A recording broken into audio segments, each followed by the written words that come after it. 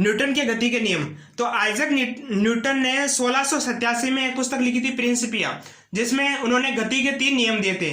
तो न्यूटन की गति का जो प्रथम नियम है उस नियम को गैलीलियो का नियम या जड़त्व का नियम भी कहते हैं या इनर्शिया का नियम भी कहते हैं। ठीक है, इस प्रथम नियम से क्या होता है, बल की परिभाषा प्राप्त होती है। न्यूटन की गति का जो प्रथम नियम यह कहता है कि कोई वस्तु विराम अवस्था में है तो विराम अवस्था में रहेगी, या गतिमान अवस्था में है तो गतिमान अवस्था में रहेगी, जब तक कि उस पर कोई बाह्य बल न लगाए जाए। ठीक है, और न्यूटन की गति का जो द्वितीय नियम होता है उससे क्या होता है, बल का व्यंजक प्राप्त होता है।